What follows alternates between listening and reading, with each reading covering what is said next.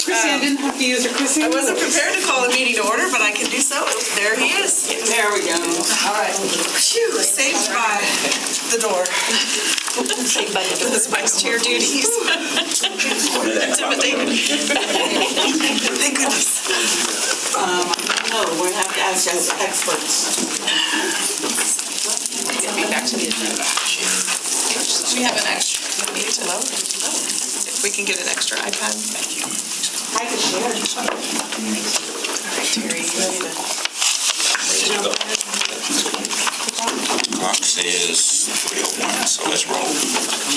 Call to order. First thing, we have monthly financials. Monthly financials. So we have your monthly financials in your packet, and I can say that everything is on track. Available for questions on expenses, but I can tell you that we just had the tax roll process, the value adjustment board figures have not been posted yet. Those are they should be posted, or they are included by March 31st. So we're waiting for that to be updated with the property appraiser so that we can then evaluate if we're on track, and we can make sure those invoices are sent out to the county and to, of course, our city. Make sure that we're receiving those ad valorem taxes on our revenue side. But otherwise, all expenses are on track. Nice, Steve. Pretty questions?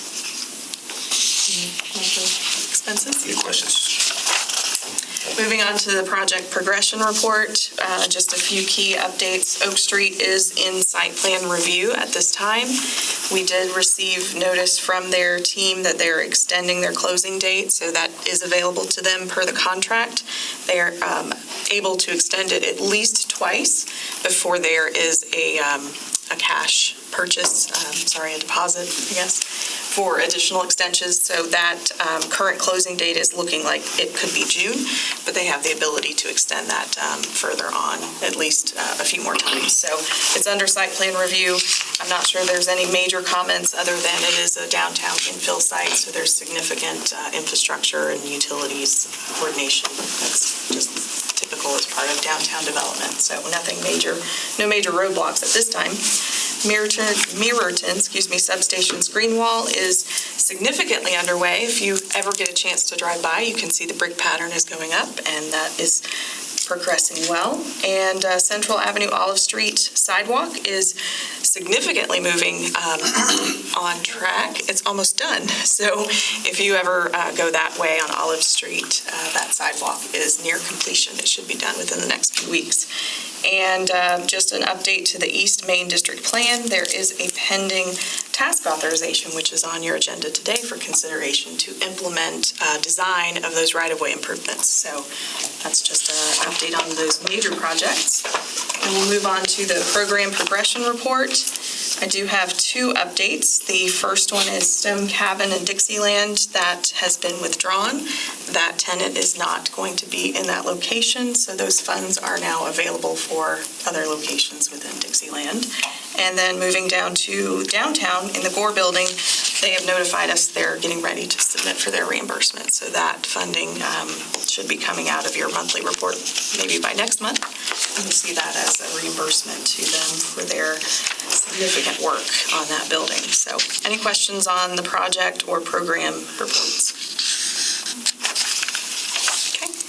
Manager's report, just wanted to give a shout out to the team. Their first three bullets are just a significant amount of work that we've been going through in the last month, and we've had a lot of project leads, and Shelley's been doing an excellent job at coordinating those, providing information. I've tried to attend some, but she's been leading most of those, so congrats, Shelley, on taking the lead on all of that. Also, the website, we've been working a lot on trying to update information, make sure it's timely, effective, and concise for the public. So I want to give Carlos a shout out for working on that and kind of doing it all on his own. So thank you, Carlos. And property management, Sandra has come in and just taken that under her wing. She is analyzing each of our tenant leases, doing an audit essentially of their billings so we can get them in a position to split the parcels and make them available to sell to each tenant. So thank you, Sandra. And other updates, you can see everything in here, but the most significant is the Downtown West planning efforts are still underway. I went to the North Lake Wire Neighborhood Association meeting, presented that information, and received a lot of good feedback directly from the neighborhood, and took that to the consultant. We're also making that survey that was available at the first public workshop. It's available online, and we're trying to get those distributed out to the neighborhoods.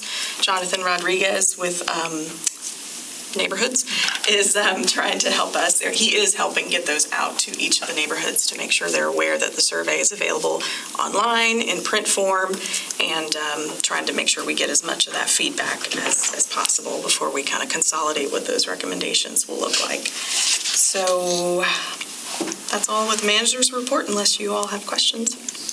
I want to say thank you to the staff. I read it. I was sometime this week at Black and Brew Library, and I was vocal. I was like, whoa. I think I said it like 3 times out loud. I was like, this is incredible. I really love this manager's report. It's very helpful just to know. I mean, this was just March, so good job, great job. I hope that you get like an almond croissant from Born and Bread or something. I'll bring you.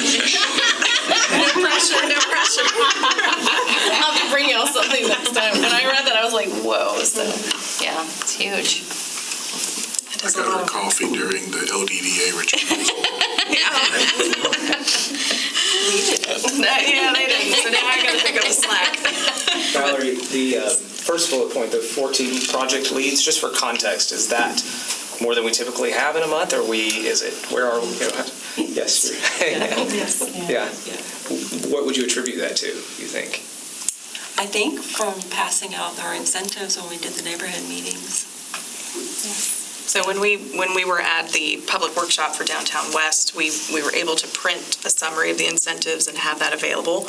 So most of the guests came out. They may not have known who the CRA was or why we were even in the room, and we just provided that information to them. So That's good. And I think that's important too, because I think shortly after that meeting, I was invited to speak at the Pauly Diggs Neighborhood Association. So there's still some question on what does the CRA do, where the funds go, are the funds going to contribute to this or that, and I explained some of the projects or developments. They had questions about that. They were actually, those projects were actually privately funded projects. For instance, Bonnet Springs and the Florida Tile project, because they bump up so close. Or in Bonnet Springs case, it's actually part of Midtown. So there's questions whether CRA funds were actually going to fund Bonnet Springs. So again, the more we can get out into the communities, and not just Midtown, but Midtown is the largest, and more people seem to have questions on what we do, how we do it, and how we fund projects. So the more we can get out, and Valerie and I can get out, I think the better. So that's a good thing. Any other questions, comments? We can move forward.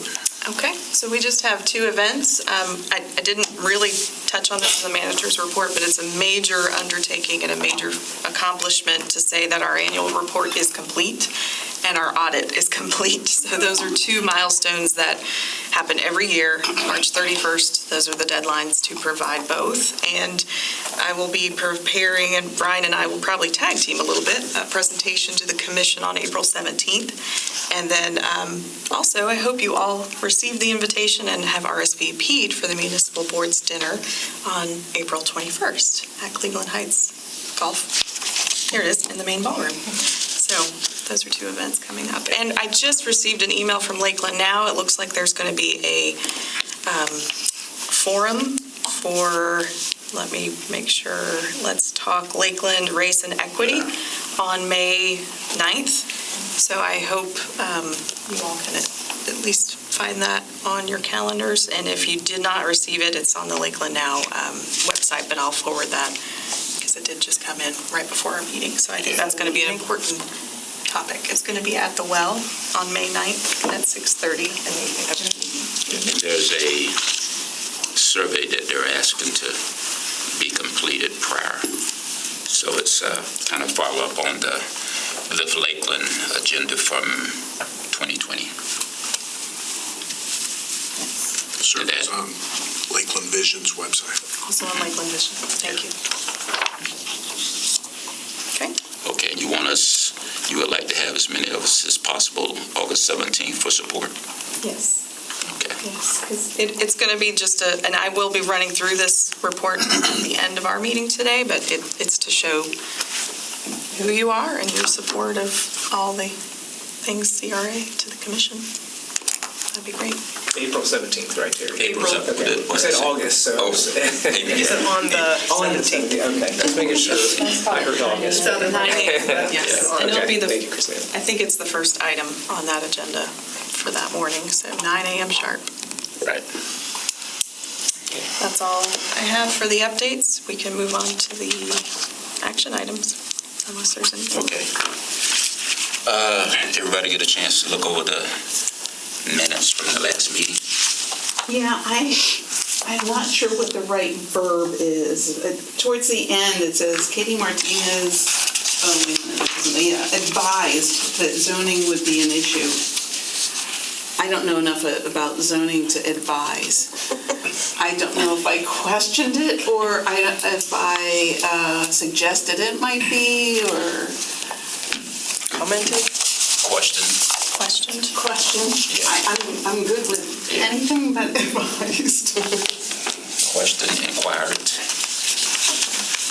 Okay. Any other corrections or comments on the meeting's minutes? If not, I would ask for a motion to approve. With that correction? With that correction, correct? Do we motion and then discuss the correction, or do we? No, we can make the motion to As approve amended. with the that? correction. Okay. Or with a correction. Yeah, And I'll second that. okay. Comments, questions? If none, all in favor of approving the minutes with the correction? State so with aye. Aye. Opposed? Ayes have it. Thank you. Small business technical assistance. Yes. So I know everyone has the memo, and there's a lot of history here, but for the public and those listening, this is probably not a new topic. The commission has heard the request from the Chamber of Commerce and advocates for these type of services. And this, I believe, originated from strategic planning retreat with the commission, and then it was brought up again as a public presentation. But essentially, I think the environment within Lakeland supports entrepreneurship and small businesses. And I think that there's an identifiable gap for those that have already started their entrepreneurship, and maybe they're hitting that mid-year growth, and they need access to either refine their business plans or receive that technical assistance to either get access to capital or understand how they can continue to grow their business. Perhaps they have a great revenue stream or a strong growth projections and how they can continue to build revenue. But there's those technical aspects, and many of you are small business owners or have been in the past, and you understand that that can be challenging if you don't have coaching or mentorship. And it's not to say that we don't already have those resources, but what we're talking about in this proposal is identifying those resources for minority-owned businesses, specifically African Americans and Hispanics. And I think that identifying that there are cultural gaps and knowing that these minority-owned business owners don't necessarily fit into those groups or those resources that already exist, and they need to have that additional assistance in just building out their network and understanding that they have support, understanding that they have access to capital, understanding that they have access to build their business plan and to make those corrections if they have credit issues or otherwise need to build out the business framework to make sure that their business continues to be successful. So These discussions started with Prospera and the Tampa Bay Black Business Investment Corporation, and with that long name, I'm going to abbreviate it to BBIC. And they have a proven track record in both cases, mostly from my experience with Hillsborough County and Tampa. I've seen how they've worked within the community there. But I understand that Prospera works really across the state of Florida, within Orlando, Miami, Tampa, really across the state. BBIC also works countywide within Hillsborough, but also in Pinellas, Clearwater. And they have a very good track record of providing these services. Not only are they providing technical services, but they're also, BBIC has the ability to set up a loan fund and provide loans, microloans, directly to the businesses that they consult and they work with. So I want to talk a little bit about why is this important to the CRA. So we have some maps here identifying just the concentration of 2020 census data, African American population and Hispanic population. So unfortunately, the map to the left doesn't have our boundary, but the one to the right does. So the Midtown boundary is in blue, downtown is in red, and then Dixieland you can see kind of in orange. And basically the shading, I'm sorry it's so tiny, the shading at the darker green it gets shows there's a heavier concentration of those populations. The lighter green just shows it's a little less. And that's why it's important to the CRA, because that's basically all of Midtown, that's all of downtown. And this is why these are where these business owners live. And they may be looking to establish their business, or they already have within these districts or within these census tracts. So that's what we want. CRA wants to see these successful businesses continue to thrive within their own community and not go elsewhere. And that's something that we have been having these conversations, Fabian and James, and I'll introduce them officially in a moment. But we've been having these conversations about how they're going to Prospera and BBIC offices in Tampa because they're already here and they're not getting those services and have that technical assistance here. So some other things that I want to note is at the CRA office, we tend to see businesses at two pivotal moments, when they're at their survival and when they're almost at disengagement. And that's when they need help. This is from Harvard Business Review. It's a very nice table. I've read an article about just the stages of a business cycle. And they technically want us to help them with renovations in their building. But when we get down to how our incentives work, these are matching, these are 50%, they get paid at the end of the project completion, they're reimbursement. That business then realizes they have to come up with that capital up front. And they realize, I can't afford this. How do I get a construction loan? Do I even have the ability to put this together and present a construction loan to a bank? Sometimes they can, sometimes they can't. And this is where we see them going between survival and disengagement. And that's a critical point for businesses to thrive. Again, growth phases of a business, and where we see them are between stage 2 and 3. They can either disengage or they can continue to grow. And I think it's critically important for us to continue to see our businesses, especially within Midtown, especially within downtown and Dixieland, continue to grow within our CRA district, because those are the priorities we see within our redevelopment plan. We want to revitalize commercial corridors. We want to revitalize downtown. We want to see South Florida Avenue continue to grow. We can't do that without our businesses thriving. So, in summary, in your memo, I think I failed to summarize this well enough because I showed you the annual commitment. And the annual commitment would be $200,000. $160,000 would be derived from Midtown's budget, $40,000 from downtown, but it's a total of a 3-year commitment. So it'd be $600,000 total, and this is how it would be dispersed between BBIC and Prospera.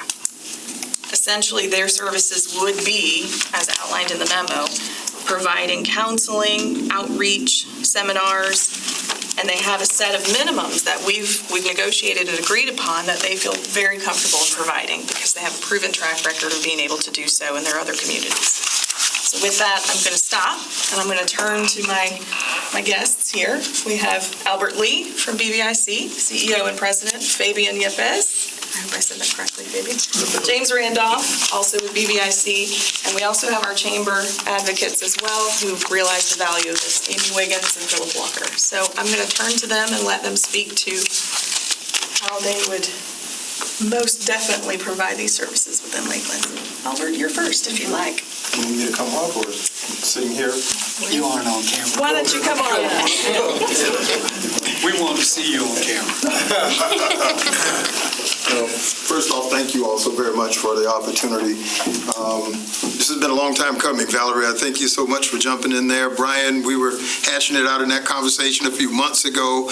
And of course, thanks to Amy and Commissioner Walker, and also the former Mayor Gal Fields. He was very instrumental in trying to help us get to this point. So we're excited about the opportunity to come over and provide our services here in Lakeland. The Tampa Bay BBIC has been around for over 35 years. We have been around as both a technical assistance provider as well as a lender, and we have had a good track record in providing that. We're maintaining a portfolio right now of about $2 million in loans. A good portion of that is now coming from our newest fund that we manage for a large foundation over in Pinellas County, which focuses on nonprofits in Pinellas County that are in that health equity space. And so the foundation partnered with us to administer that portfolio for them, and they provided the funding. So we do the underwriting, the maintaining of the portfolio, and all of those good things. The other portion of our portfolio comes from the EQ2 product that we have with one of our large banking partners. And they provided those funds to us to be able to make loans to businesses in our entire footprint. The unfortunate thing about that is all of those funds have been absorbed.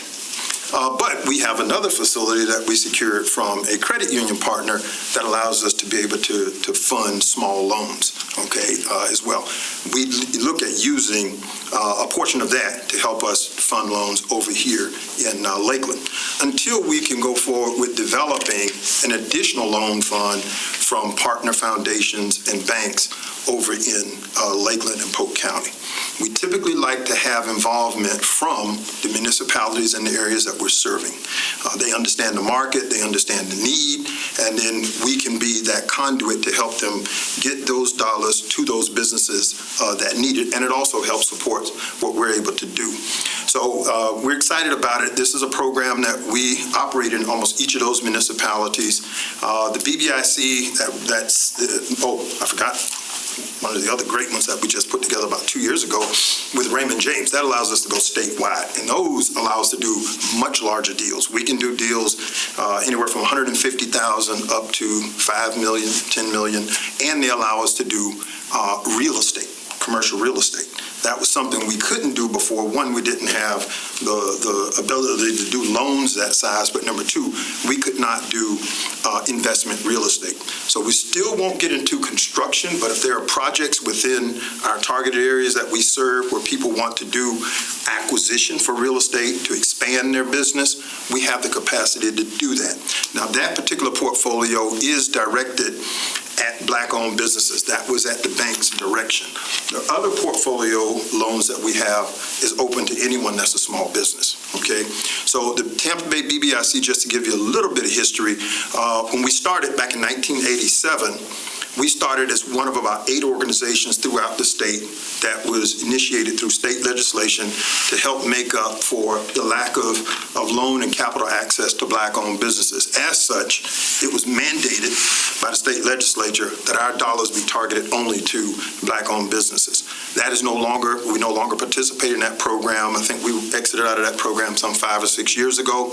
And so our funds now, with the exception of that portfolio with Raymond James, can be used and directed to all small businesses. So we look to partner with those businesses that want to work in the CRAs to help grow those CRAs, because all of the growth won't necessarily come from within the CRA, okay? But there are entities that may want to do business in the CRA, and they'll need to have some of that assistance as well. But where we really work well is, Valerie mentioned a couple of things that I wanted to kind of highlight. She's right. When it comes to minority and Black-owned businesses, there are some acute issues that we have to deal with that I didn't see as a banker, as much. We didn't target those types of businesses because of the way that we had to underwrite those deals. So it immediately put those types of companies at disadvantages. Most small-owned businesses that are owned by minorities have a tendency to be service-oriented. They're relatively small, under $250,000 in revenue, and they don't have a lot of assets. All of those are things that make them less attractive to a regular bank, all right? Thus, the BBIC. When it comes to our underwriting and the way we target those businesses and the ways that we're able to assemble collateral, for instance, or the way that we're able to look at cash flow. Those are things where we can come in, we can work with them to get them to a point to where they're ready to borrow money. Our goal is not to have them be dependent on BBIC forever, but to get them as soon as possible into a regular banking situation. Okay, sometimes that takes a couple of years, sometimes it can take a long time, okay, to get people to that point. But you got to have folks who can understand that. I've spent 25 to 30 years in banking. I've been a senior lending officer at banks. I've been an underwriter the whole 9 yards, okay? So that part we have down pretty well. The part we have to work towards is making sure people understand how to use capital in their business and what it takes to build a business to be ready to accept the capital. It's one thing for me to offer it to you, it's quite another to know how to utilize that capital when it's provided. And that's where a lot of times people will come to us and say, well, I need money. Why? Because they're having cash flow problems. Valerie admitted they come to us at a point when they're in trouble. And unfortunately, at that time, if any of you all are familiar with banks, the last place the bank wants to be is helping you out when you're in trouble. Now, it's not true that people sit there and knock banks and say, we only like to make loans to people who don't need loans. That's not true. However, it appears that way because the bank has to manage its risk. Well, so do we. I don't have the ability to raise deposits. I don't have the ability to go out and sell stock and raise capital to make loans, right? So we do have to manage our risk as well, but it's understood that if a person or a business is coming to us to borrow money, they're already in what? High-risk category, or else they wouldn't need to come to us. Because first thing we're going to do if they want to borrow money from us is to evaluate their ability to go get funds elsewhere, okay? And if we think that that business, by maybe helping them put together their financials, maybe presenting themselves differently, can get them into a bank, we'd rather have them get into a financial institution. Why? Because that institution is going to be able to provide the capital they need all the way up. So that's the goal. But if they do have to come through us, the goal is to get them to a point to where what? We can get them into a regular banking situation. But first, we have to make sure that there's some basic fundamentals. One of the reasons we started our Catch program about 5 years ago is because we realized some of what we wanted, we were going to have to grow ourselves. Because we had businesses, people who had been in business, but had never really planned to start their business. A lot of people lose a job or they got a hobby and they find themselves needing to generate income, so what do?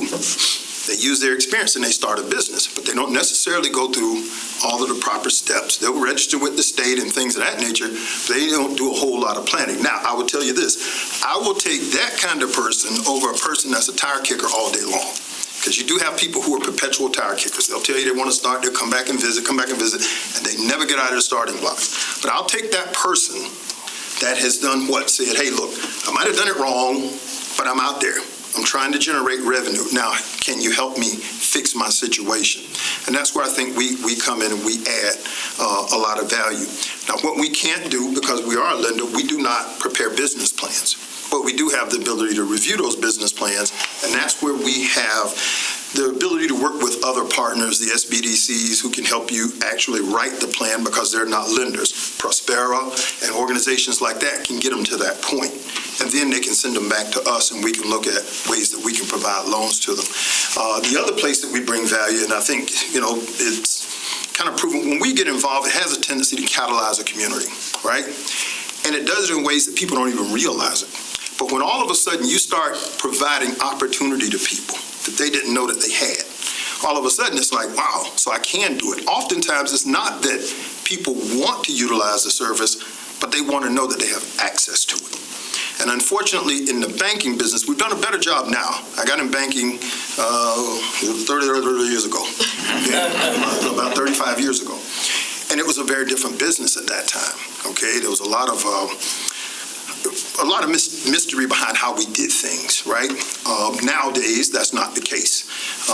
It's pretty transparent to a degree, but people still have a lot of apprehension about underwriting. What is underwriting? Well, that's the person, that's the Oz guy. You know, he stands behind the curtain, and that's the person everybody blames when your loan doesn't go well, and so on and so forth.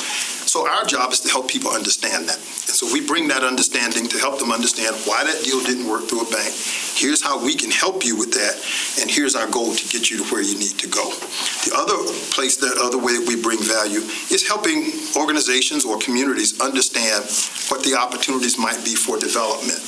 So a lot of CRAs have property, they have things that they want to see commercial ventures developed on. But identifying the proper partners to do that with, looking at the types of projects that can go on that property, all of those are things that we can bring value to. We don't necessarily do it, but we have the ability to sit there and give input that might be helpful. And so, you know, with that, I mean, I can go on and on here. Probably knows that. So I'll stop there and let you all ask me questions if you have any questions, and I'll be more than happy to understand. I just want to acknowledge our Vice Chair, James Randolph. You guys have probably seen him more than me. He decided from a board perspective to kind of take this on, be our eyes and ears over here, and look at the opportunities and bring that back to the board. So as a whole, our board is on, you know, they're excited about this opportunity, and they've been looking forward to it as well. I don't think I have to tell you all, y'all have a gorgeous city. Y'all have a gorgeous city. Lakeland, going back to my days at First Florida Bank, that's just how old I am. I started out with First Florida Bank. You know, we had operations over in Polk. And our Polk County side was always an interesting thing because they always did well. And they always had such a collegial way of doing business with each other. And those of us that was in what we call the Magic Tower downtown in Tampa, was somewhat envious of that. Let me just say it like that. So I'll answer any questions you all might have about BBIC or our programs or things like that. Would you like to establish some offices over here? Yeah, so we have already touched base with the well. It will be one of the areas that we'll be working with, and we've already made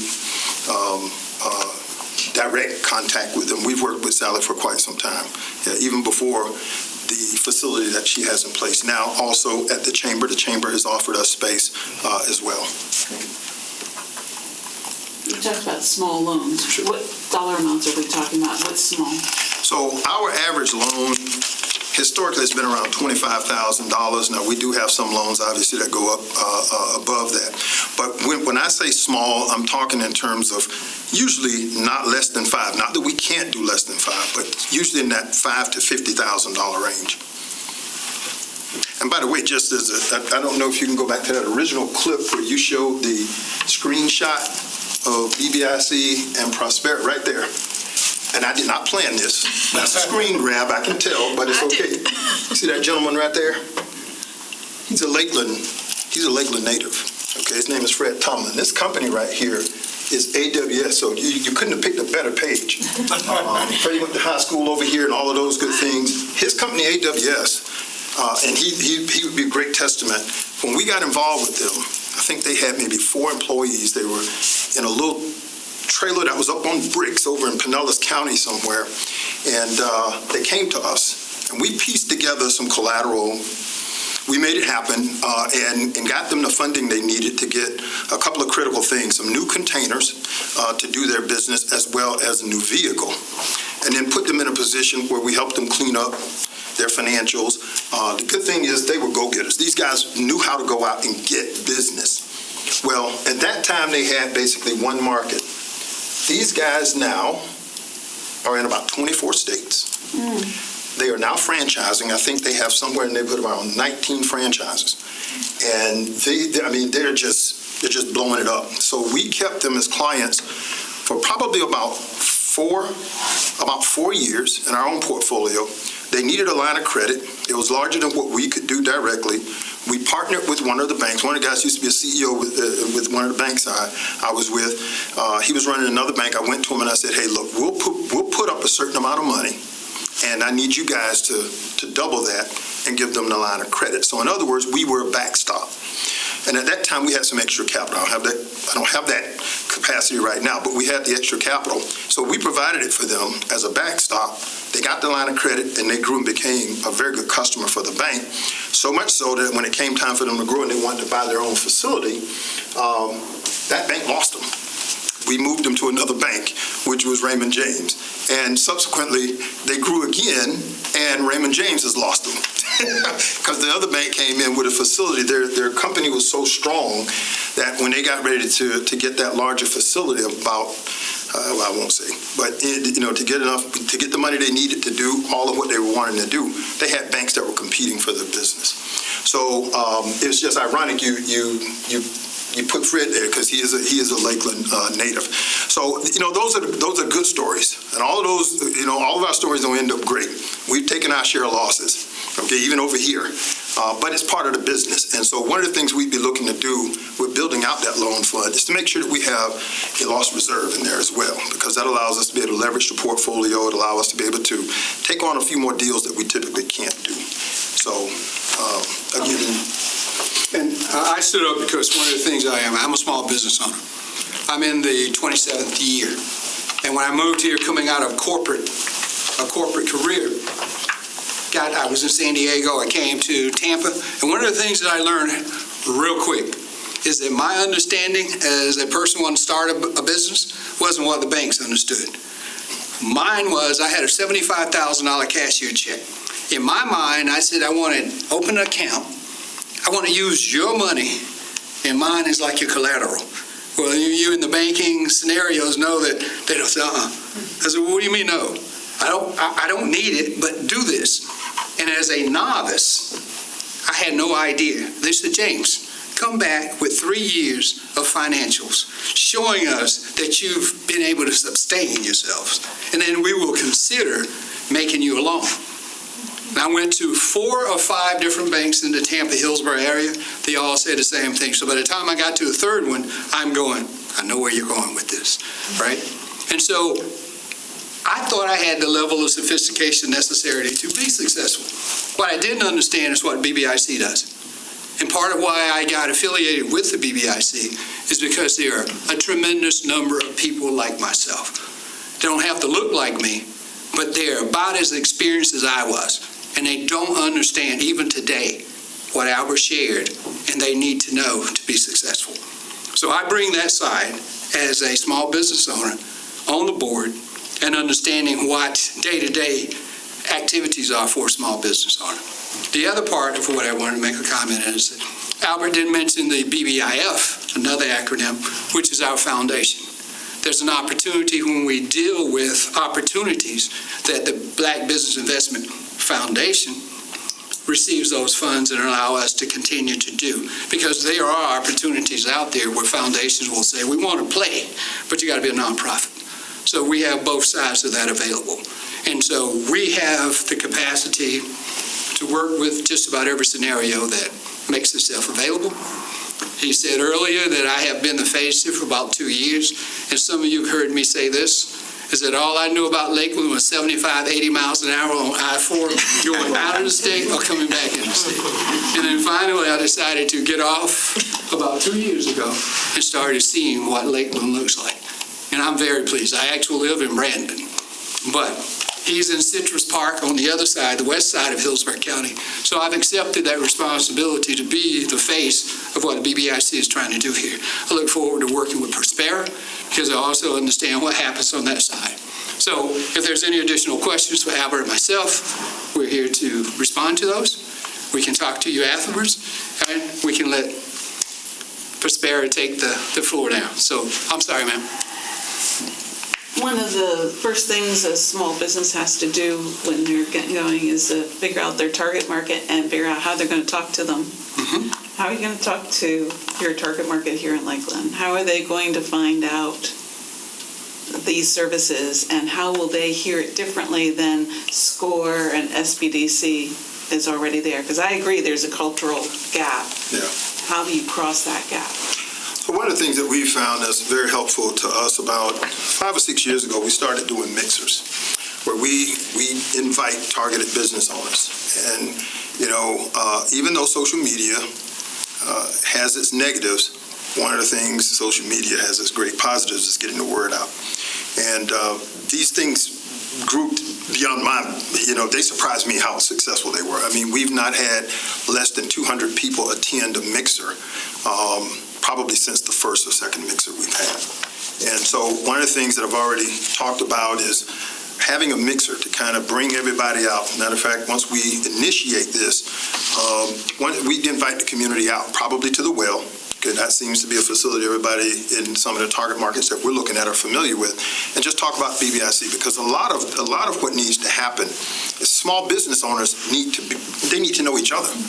You know, and one of the things we really encourage is cross-pollination. You need to get to know these folks because there may be opportunities where you all can partner together and do things like that. And then the word has a way of getting out. One of the things people don't like to do, people don't like to tell you their problems in front of other folks and things like that, right? So you do it in a way of a mix-up where people can get a chance to find out a little bit about you, to see, number one, if you are real, okay? Let's face it, in our communities, there have been a lot of programs that were start and stops. Oh yeah, this is the next best thing. Well, one, I don't overpromise. You know, we're not going to change and fix all of the problems of minority businesses and all of those good things. There are going to be some people that are probably upset because they think they can get something, and then they come in and they find out they can't. No, we don't give funds away. We don't have grant funds to give you, okay? But we do have the ability to provide what you need if we're able to get the things that we need. Information. We need to learn about you. We need to learn your target market, for instance, as a business owner, so we can then help direct how we can help you. So I think the way that we're going to get it out is, number one, I want to try and do those mixers, because I think that can get quite a few folks in at one time, give us an opportunity, gives the well an opportunity to talk more about what they're able to do, and also with you all as well. Of course, we want you all to be there and invite the people that you know that may benefit from our services as well. So that, to me, is the easiest way to get the word out. Comment on.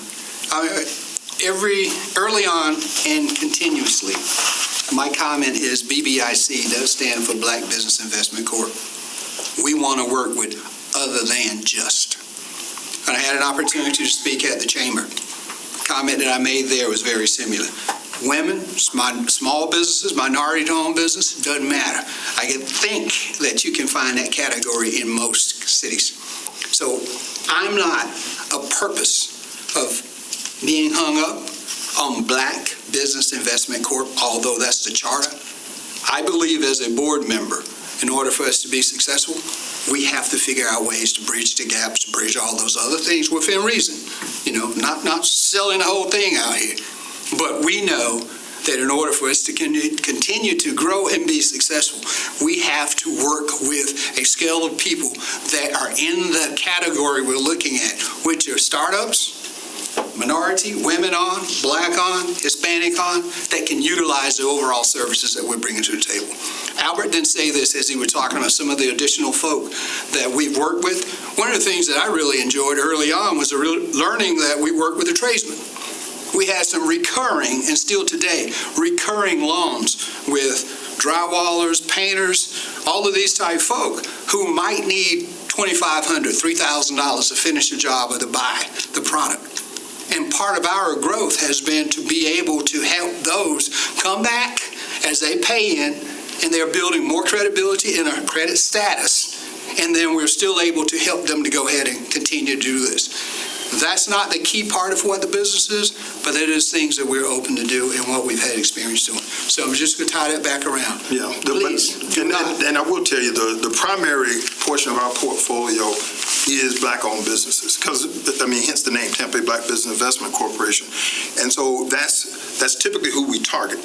But as James is saying, we have the ability to make loans across the board. And that's where, you know, like working with Prospera and some of the other business owners, you know, they need to know what we have to offer, okay? And the services kind of go the same way. Many small business owners have the same issues. You know, people have a tendency to think it's just, you know, minority-owned businesses, but many businesses have the same issues. The difference comes in when you're trying to, for instance, net worth, okay? You look at the studies, they say, you know, the average Black household has anywhere between, you know, 10% to 12 or 13% the net worth of a non-Black household, white household, okay? When we evaluate a loan, one of the things we look at is what? Capacity. One of the capacities we look at is your net worth. Your net worth tells us how you're able to what? get other resources to support your business if you need those resources. Okay, looking at Black-owned businesses and their household formations, they have less to fall back on. When you look at it from a pure banking perspective, that means if we're looking at two individuals or two businesses evenly, and this one has a net worth of this, and this one has a net worth much less, which one has the higher probability of getting a loan? Okay, so in those areas where we have to make up that difference, okay, something like, for instance, collateral pooling, we do higher loan to values. I might be able to do a 90% loan to value. Bank's not going to do that. Okay, things working with things like accounts receivable. I may be at a margin up to 90% against accounts receivable. At the bank, we're typically not going to go above 75%. So those are ways that we try and help make up that gap. Now, can we make up that gap on every deal? We can't. Sometimes we just can't. Credit is an issue, but we don't have a hard and fast credit score. I don't tell a client that you must have a credit score of at least 680. At the bank, most of them have a credit score benchmark. And if they don't tell you that, yeah, they do. But they just may not tell you that, okay? But they do, because they know that if those credit scores are below a certain, there are going to be issues on the credit report that are going to make it difficult for them to be able to do that loan. So what we rather do is take an approach where we're going to look at why that credit is where it's at. Okay, we've done deals where people have had credit scores less than 650. I've done deals where people have had credit scores right around 600. But it's because those problems were mainly in the past, and they were able to fix and remediate the issues that were leading to the low credit score. So that's where you see a lot of the difference comes in. And, again, as a former banker, I can't knock bankers. They're not built for that. Okay, they're not built for that. That's what organizations like ours can do. As a manager and running lenders, you don't want your bankers pursuing deals that can't get done. Why? Because that's going to take time. You got a production goal, and then we need you making your production goal. And so many of us used to have these second look committees where we would take a look at it just to make sure there was nothing discriminatory being done. But outside of that, we didn't do a whole lot more to try to make that deal happen. Yes, Amy? Katie, just to follow up on your question, that's the reason also that Philip and I are sitting here. The Chamber and the Chamber's board are 100% behind the success of the BBIC and Prospera in this community. We want to continue to build those relationships, not only with the target markets that they're going to be working with, those business owners, but also with the banks. Can tell you when James came to speak at the Chamber's board meeting, just about to a person, every banker that was in the room, their eyes lit up, and they came running up to speak to him afterwards, excited that they know people that have come to them looking for help that they can't provide for the same reasons. Now we can start targeting specific businesses. That's where I was going. Yes. So the plan to build out that marketing and outreach, the Chamber will be heavily involved in that because we do have the relationships here and we are committed to the success. And it's important, as he indicated too, and that we make sure that we can make that control, have that control mechanism where banks, where the people are and the businesses are participating. Yeah. And I know we've had that discussion with Valerie and moving forward in our next, I'll call phase of what we want to get done and see happen. Have you identified some target businesses that you could start with right away that could use the help so you get success stories sooner than later to be able to help move this along? We know that our banking partners have a handful of those people. Yeah. Absolutely. Yeah. That's powerful right there. That's very, very powerful.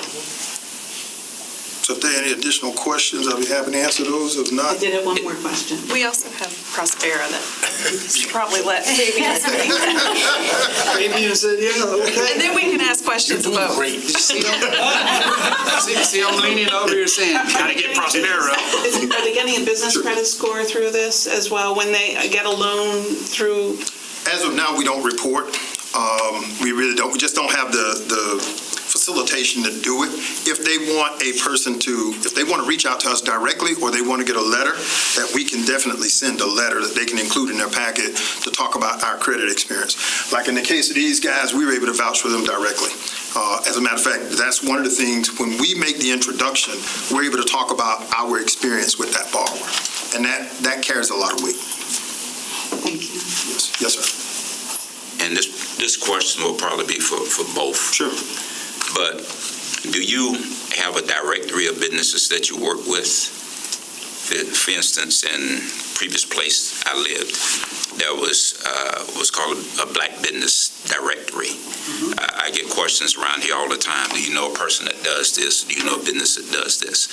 And I haven't found that in the Polk County area. And because of that, that may be causing a lot of businesses not to get business. So in Pinellas, Hillsborough County, is there such a directory? Yes. Yeah, so there's a young lady named Cheryl Cousseau who has a black business. It's called the Black Pages. And it is a black business directory. She does have some clients over here in Lakeland. As a matter of fact, she's done some events, and we'll be partnering with Cheryl also. We don't, for a couple of reasons. One, our business that we do is confidential. Okay, we're handling people's financial information. The only reason I can mention that was Fred is because obviously he gave us permission to do so. He's on our website. So I can mention that. But a lot of the people we do business with, we don't voluntarily say that. And we don't have a directory per se. But if somebody were to ask me, hey, who's a good caterer? Then I can say, hey, you may want to talk to this person. But I'll call them and say, look, so-and-so may be reaching out to you about a particular catering job.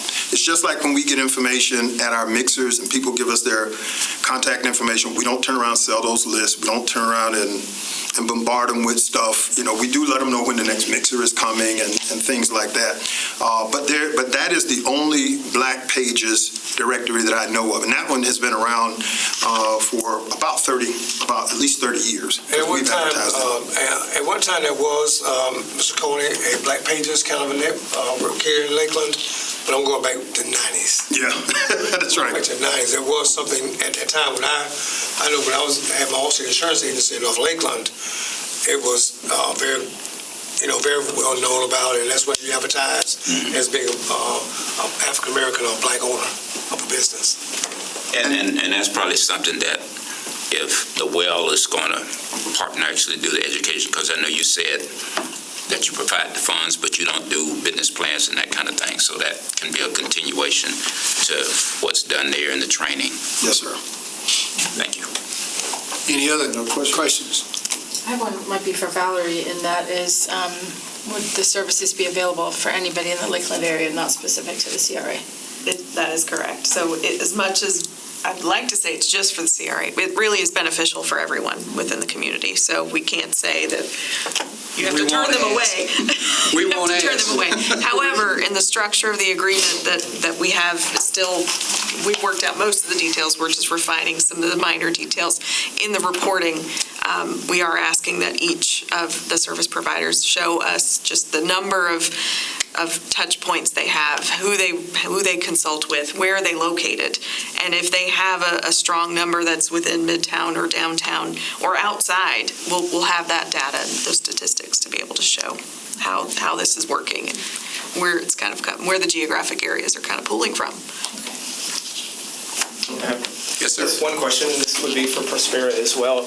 How quickly, if this is approved, would you be on the ground and in the community? And then you mentioned some of the contacts you have with local banks and chamber members. What are some other areas that you would see as the greatest opportunity for immediate impacts? I know this is a long-term effort, but are there ideas or things that you see as that you can implement quickly that would be effective? Yeah, I see in the short term, because the goal would be to hire somebody here in Lakeland that knows the market. But immediately things we can do, the mixer would be almost an immediate thing that we need to do. Obviously, we want to have that person in place so that they can meet that individual, and that person can kind of be the one shaking their hands and greeting that individual. The other thing is the seminars. Okay, with the ability to either do it directly in person, which is the way I prefer, but even if we had to do them virtually, we can do that as well. So those are things we can do. And by the way, if a person really needed to talk to us and wanted to set up an appointment, we have the ability to come come over. I can have Brent, who is our portfolio manager, and he's our primary underwriter, set up a time to meet with him and come to Lakeland, or I can come to Lakeland. Because I don't like taking myself out of the equation. I really don't. I enjoy the engagement with clients. I can't do it as much as I used to. I used to do the actual underwriting, but I don't get engaged. I don't engage that granular any longer. But my voice and my thought process in our approvals and things like that is still needed, and I like to share it because I like to know who we're doing business with. So I'm open to doing those things as well. Now, structuring the actual classes that we like to do, that may take a little bit longer. Number one, we do those at certain times of the year because we found that we get a much higher participation during certain times of the year. And so that takes a little bit longer because it's a 15-week program, and they're required to attend all 15 weeks. They have to make that commitment up front. So that one will take a little bit longer perhaps to get up and running, but the other things, we can start those almost immediately. And if you want a target date, let's say June 1st. Thank you. That's all. The same for... Maybe. Yep. You're up. Come on. Come on. Come on up here. It's going to be a tough to follow. We're passing the baton, and let's not drop it. Well, thank you very much, first of all, for the opportunity to present here. My name is Fabian here in the U.S., Fabian in South America, Yepes, Vice President for the West Coast of Florida for Prospera. I'll start by answering your question. It's as quickly as possible. There's really not, again, the idea is theoretically would be to hire somebody to be here full-time. Not sure if that's going to be possible in the first 3 years, but our plan is to have somebody coming here maybe once a week, maybe once every 2 weeks in the beginning. Like I was explaining to Valerie, it's going to be a process. It's not, it's not like, come here, open it, and they will come. It will take a process to start get the word out there. But we've done it. We've done it all across Florida. We have experience, and I see no issue. We'll also have seminars. We also have clients that we've already been working with here, so that could help as well get the word out. And using our marketing department as well, centralized. It's over in Orlando, but it'll be helping us promote our services here. But usually what's getting, and because I have a marketing background, one of the first things I did when I came to Prospera was, where are all these people coming from? How are we getting all these people? Believe it or not, at the time, we were doing some trade with some radio stations. We're probably getting 2 out of that in a month. The other 8 out of 10, were all word of mouth. Once you establish yourself, it starts moving automatically, and especially when there's such a need for our services, it's a lot easier to start getting it that way. All right, so that answers your... Yes, thank you. Okay. Yeah, it's helpful. Just to get a picture of how that rolls out and the timeline for that, and so, yeah. All right, so I'm going to explain a little bit of how we work, a little bit of the history of Prospera. We are, for those that don't know, we're economic development non-for-profit organization that basically helps Hispanic entrepreneurs either start, grow, or sustain their businesses. We've been around since for 31 years now. We used to be called HBIF, Hispanic Business Initiative Fund. 6 years ago, when we had our 25th year, we decided to rebrand, sort of in the same, do what we teach. In other words, explain some of these businesses that they need to get up with the time. So we did the same. One of the issues had that we do not fund. So there was a lot of confusion with the funds. We do complement, we'll help with the funds, but we getting funds, but that's not exactly what we do. The way Prospera works, it's based on 4 different pillars. The first one would be education. So we do, every month we do, on average, 2 orientations, which are the ones that tell you how to start your business, which is you need, if in order to become one of our clients, you have to come in and do that first. And then we do some workshops that are for more established businesses, and they can touch different topics such as marketing, accounting, any other different needs that they might have. The second pillar, and once you've gone to one of our orientations, is a one-on-one consultation with our business development consultants. The way it works is you come in, especially with the Hispanic market, we have to try to establish that close relationship. It has to be more a face-to-face thing, especially in the beginning. There are a lot of organizations, not a lot, but since I've been on board, I know a couple in the Tampa Bay area that just show up, say they're going to do all these services, and at the end of the day, leave everybody hanging, and they end up coming back to us. And it's not what you expected. On top of everything, they do it for profit. All our services are not only bilingual, 95% of them are in Spanish, but we do offer bilingual services. They are absolutely free. There's no cost for anything for any of our clients. So the consultants will see if what the business needs. They may be starting, and maybe something as simple as they don't know how to register their business. Remember, the people that are coming to see us, the majority of them are recently arrived, and by recently arrived, I'm saying maybe 5 years. Hispanics that have been here, or maybe sometimes second generation that have been here for a while, who really don't understand the way business works here in the U.S. or even the financial system. There's a lot of cultural nuances there, a lot of differences. I actually went through the same thing, had businesses down in South America, had same type of business here, and the differences were abysmal, if you want to exaggerate a little bit. But there's a lot of differences. People are not used to the financial system here.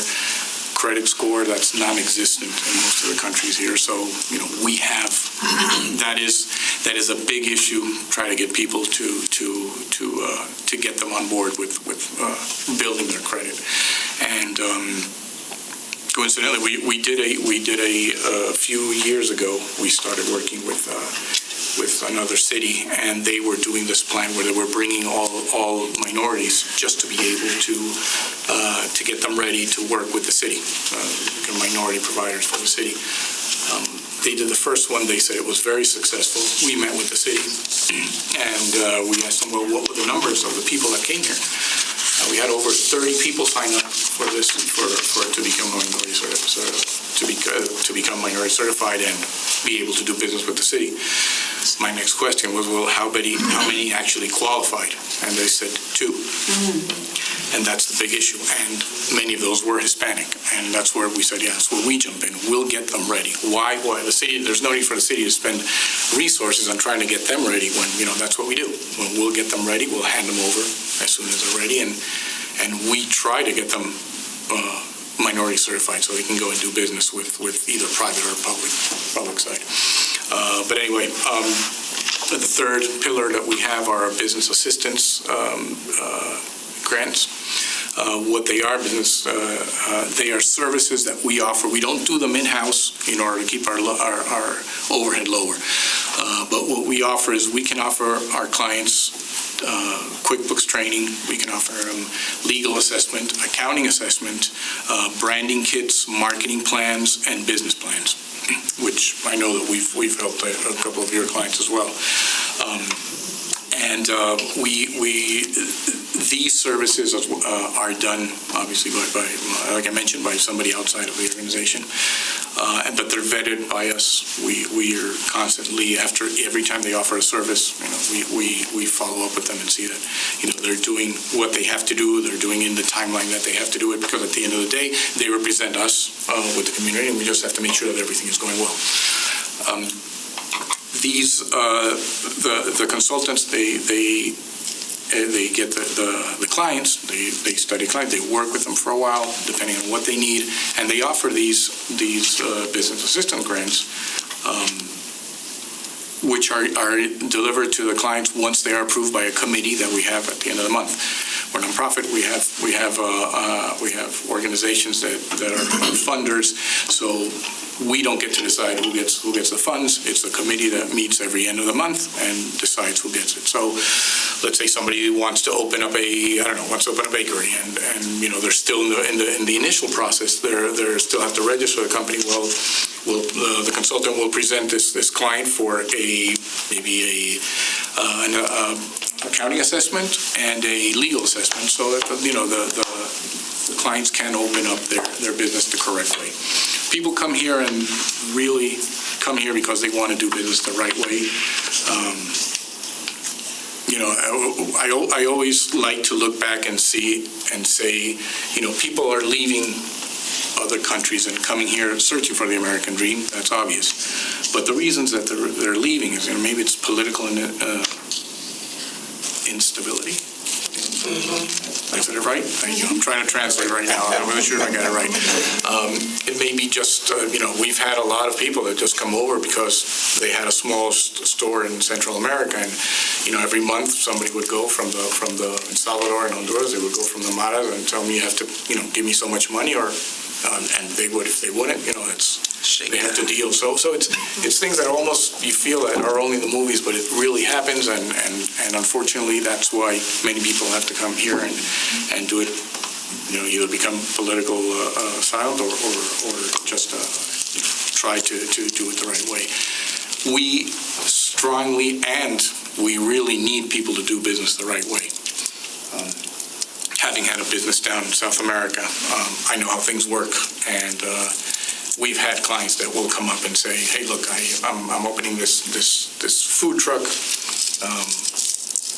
I need to know, I just need to get some additional funding because I'm going to buy whatever material in there."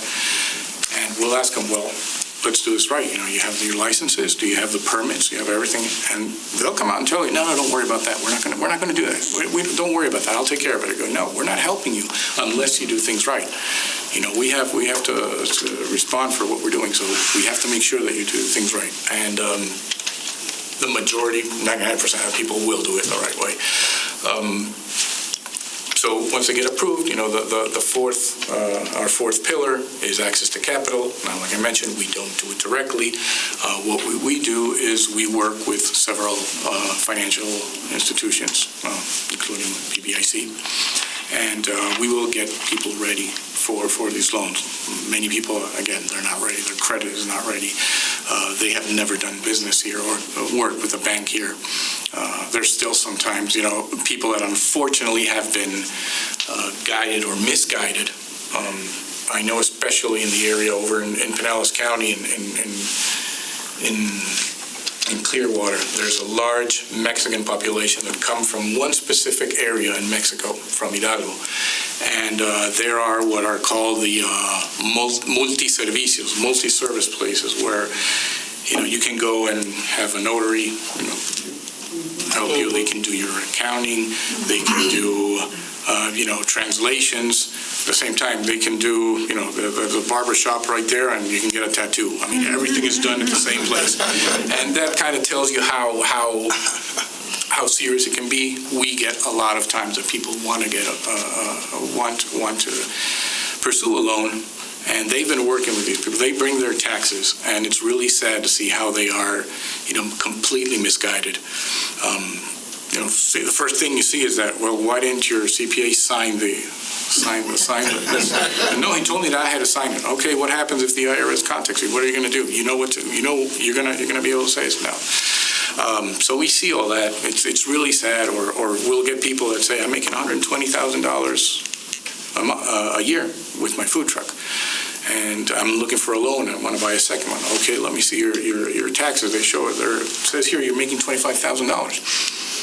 No, but I'm making $100,000. I'm really making $100,000. I go, I'll believe you, but if you take this to any financial institution, they're not going to believe you. You have to show what you have to do. So, again, they have to be guided in the right way, and then many of them not understanding the way finances work here. It's difficult. So we do help them with that. Again, there's a lot of cultural differences.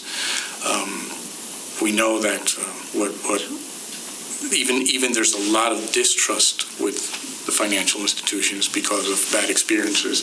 I'm not going to go into details, but I had a really bad experience. My whole family had a really bad experience with banks down there. One of the reasons I'm here. There's a lot of distrust. There's a lot of distrust even with us sometimes. It is very hard to gain their confidence, especially certain groups. That Mexican area, it's taken us years to be able to build that trust in there because, they see somebody show up and say, yeah, I need to see your, give me some information so I can help you. And they don't want to give their information. They might think, we actually had one of our consultants, he was chased out of a small bodega. And, when I was trying to find out, he walked in with a suit and walking in and I go, yeah, they probably thought you were government, you were trying to get, trying to get paper. So, you have to build that trust. And it takes time. It really takes time. So that's the short version. I'm open to any questions that you might have. Yes. Thank you. Can you talk about the growth in the number of Hispanic-owned businesses in Lakeland, Polk County? And I'm guessing that's part of the equation when you're thinking of why Prospero would be relevant and necessary for this community. There's been a huge growth here in Polk County. I think in the last 10 years, there was an 80% increase in Hispanics. And just in the city, I think it was, I'm not going to make up a number, but it was over 30%. So there is a growth, and it's not stopping. I mean, we're seeing what's happening abroad, the political situation in Venezuela and Colombia. Ecuador had problems, Argentina had problems. They're all coming here. The Mexican population, that's a constant rolling belt that's rolling. They're coming in. Some are staying, some are not. There is definitely a need, and we see a number of people that are coming to our offices with the same problem. They're having the same problem, and that it's sometimes interesting to see when they show up, asking how did somebody recommended me. I have somebody who just recommended me. I had no idea you existed. I'm trying to explain, we're a nonprofit. We don't advertise, we're not out there and I think too, just Fabi and I have had some conversations about this, even just the Puerto Rican population that is moving to this area, and it's been expanded because we know our school district is recruiting teachers from Puerto Rico to come to this. Well, they're not coming by themselves. There's a huge population of folks that have owned successful businesses in Puerto Rico that want to come to this area and do the same thing, but need a little guidance because it may be United States adjacent, but it still is remarkably different, and that's why we're grateful to have that expertise. And based on what she just said, my question was actually, do you currently have a relationship with the Puerto Rican Hispanic Chamber? Yes, we do. We've actually last week, 3-4 years ago, I was at a talk that they gave there. I actually spoke as part of a panel, and that connected us to this. I can't remember her name, but her business was early childhood, and she came to work with us, and we helped her with get a $1.2 million loan, which was great because even though we were going through the pandemic, she was able to maintain, I believe she had 32 employees. She did not fire a single one. She kept everybody on board, and we helped her with the PPP loan as well. With that, she rebuilt. She took all of the employees. She had three buildings or three locations, and she bought them into two, and she was able to rebuild the third one. I believe now she's building fourth. Thank you. Yeah, even if you see, I mean, there's a lot of differences. The great advantage that Puerto Ricans have is that they are part of the U.S., so they don't have the problem with immigration or anything, which is a huge problem for other people. Again, the differences between all the different groups is you have to understand those, and It's not an easy task because some will trust you more than others, some will just jump on board, others will not. And I'll add to that just because we are the government and we're here to help. And we can't build those relationships quite the same as Fabian's team or Albert's team. And to have these services now, hopefully we get a favorable recommendation and then commission recommendation and approval, that this will be bridging a gap in some very needed areas. And then the additional work that we can build in these partnerships are leveraging CRA incentives. Once we have clients go through Prospera and BBIC services, we can then receive recommendations that possibly we come back to you and say, can we give them more incentives and just give them that ability to get access to more of CRA dollars to do the work that they're expanding in new locations, or they're building a new building, or whatever the case may be. Or we get those recommendations that this business or this candidate is highly recommended for access to CRA-owned property or city-owned property. And even though we have to go through a disposition process, I'm sure that would be highly ranked in that process. So I think these are just opening up a lot of opportunities, and it builds trust where maybe we have some area for improvement. So does anybody else have any questions, comments on this? Because I like what I hear, so I think, and Valerie can correct me, aren't we here to make a recommendation to the commission? Yes. I do have one more question. Go ahead. The funding that is being requested here, is it the full amount that they need, or is there money coming in as well from someplace else? this is the full amount for the scope of services that we've negotiated.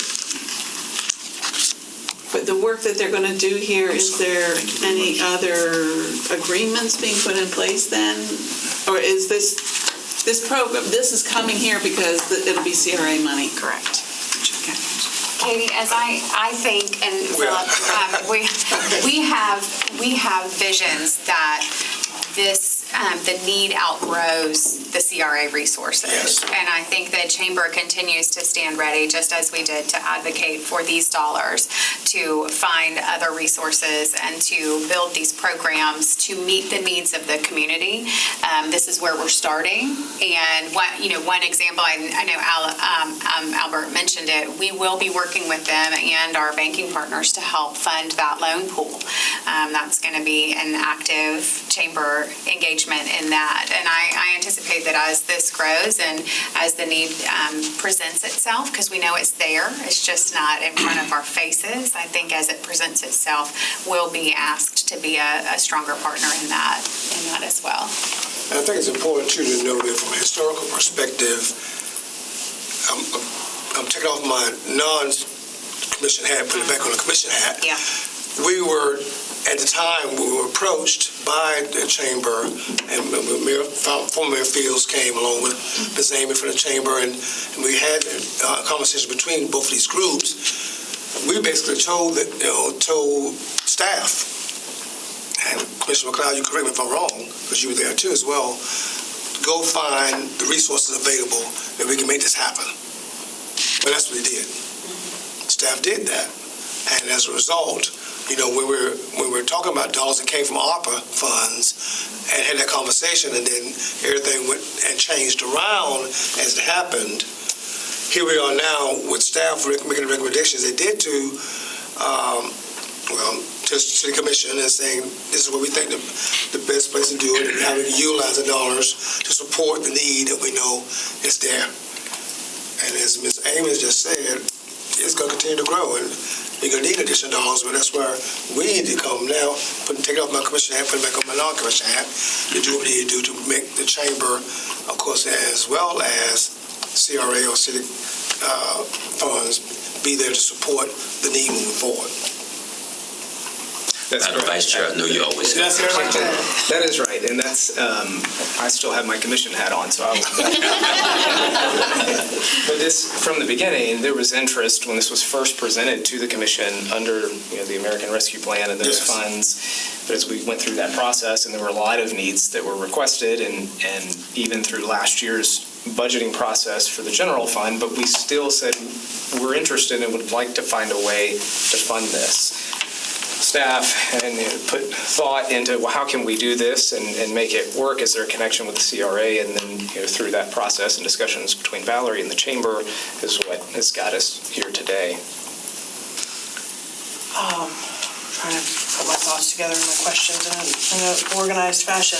My first question regarding the CRA and the fact that we're not restricting people from being a CRA area geographically confined person to access the resources. Does that mean someone could come from Winter Haven and access the resources, or from Bartow or from Plant City to access those resources as well if they were interested? I think it would be very difficult to track, limit, and turn away someone coming to utilize the resources. If they're coming to an event, a mixer, and they're from all over the county, I think that would be very difficult. The way we've structured the agreement is to identify the map and the census tract information that is within the CRA. The way that both providers would be reporting back to us is a way for us to measure where are these businesses coming from, what are their locations, are they within Midtown or downtown, without getting too much into the personal information, without understanding exactly who they are, unless they choose to be connected to us for incentives, so that we can effectively measure the impact within our CRA districts. But I think there's a few comments that each of the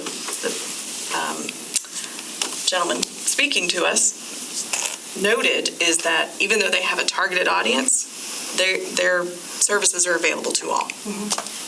And I think that's the same in this case. Our targeted audience is the CRA district, but we can't turn away those that may be coming, because I think Fabian and I have talked about this a few times, where we have current business owners going to their offices in Tampa to utilize the services they offer there. So if they were funded, for example, by Tampa CRA, would they be turning them away and say, no, go to Lakeland because they have a funding agreement and not? So I think that's just a slippery slope. I think we're doing our best to identify, track, and justify that this is all within the CRA, but we have to recognize that this is a community benefit.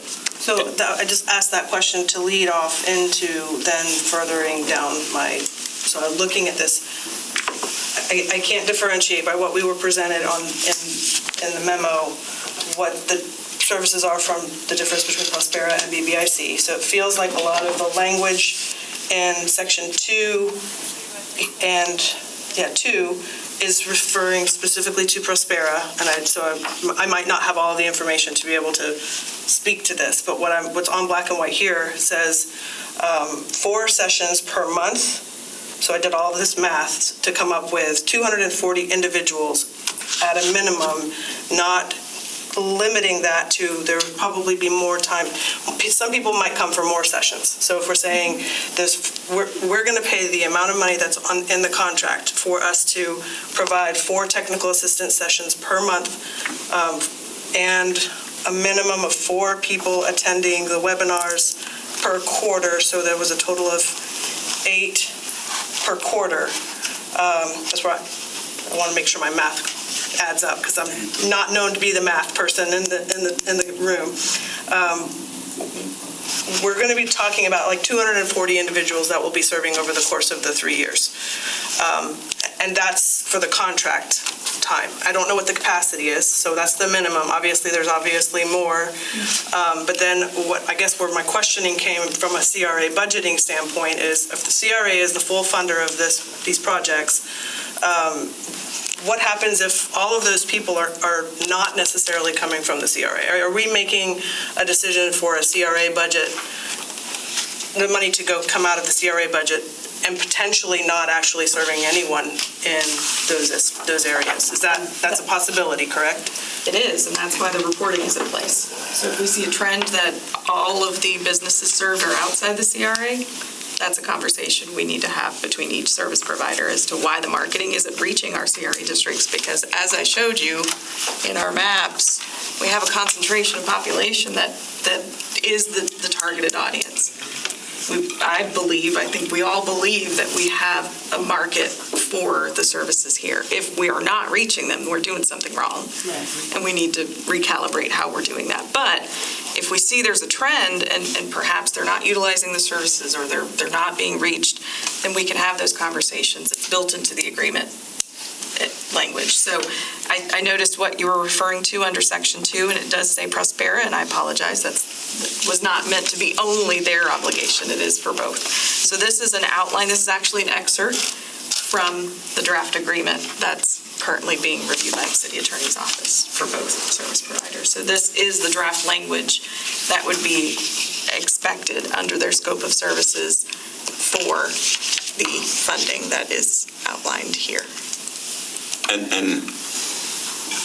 I guess this is I would say a lot different than things that we've done since I've been on this board. It's not talking about TIF. It's not talking about a project. We're talking about a service here. Yes. And we're really not talking about the return on the funds is actually helping the businesses to be successful and then to thrive in the community, to thrive in Midtown, downtown, or wherever they set up. So I know we kind of crunch the numbers and pennies and all that to see in the past how this helps. So in this particular case, it's not quite like that. We're providing a service this time to actually help the business to get to a place where they can thrive and grow.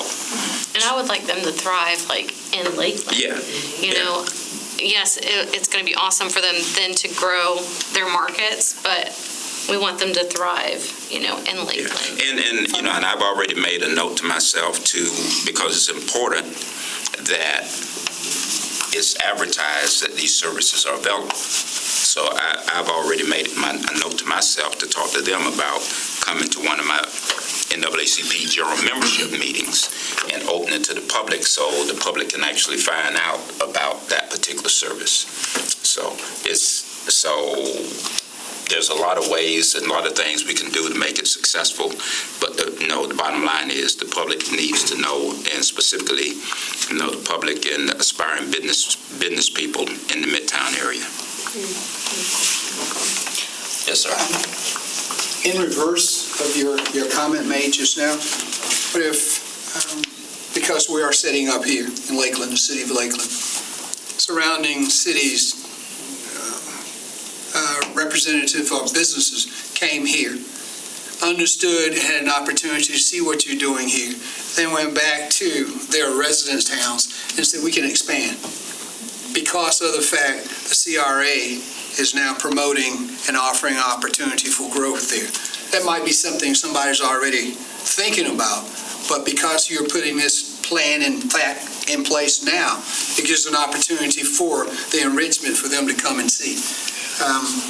Albert, I think, somebody used the term about tire kickers. We're not talking about just the tire kickers. We're talking about folk who really wants to expand and doesn't know how to get in here, right? You're opening an opportunity that may not exist in the town they are or the community they live in, and this makes an opportunity for them to come and find out what Lakeland is doing. So I think that would definitely be an enhancement, of providing these services in your CRA area where you have available real estate or future real estate that they're finding out no other way than just by participating in what you offer. And remember, we're not the only CRA in Polk County, so we can take the lead and others can follow on. And one of the things that we've, I alluded to it in my comments earlier, one of the things you find out when you catalyze an area is much of the growth that's going to happen in an area. I think all of our cities are very similar. I know Tampa could not have grown had it not been for people coming from outside the area to see what's going on and say, wow, this is a place we want to be. The same thing is happening with Lakeland. And I think that's what has to happen a lot of times in CRAs. Now, that does not supplant the people that are there. Those are the people you target.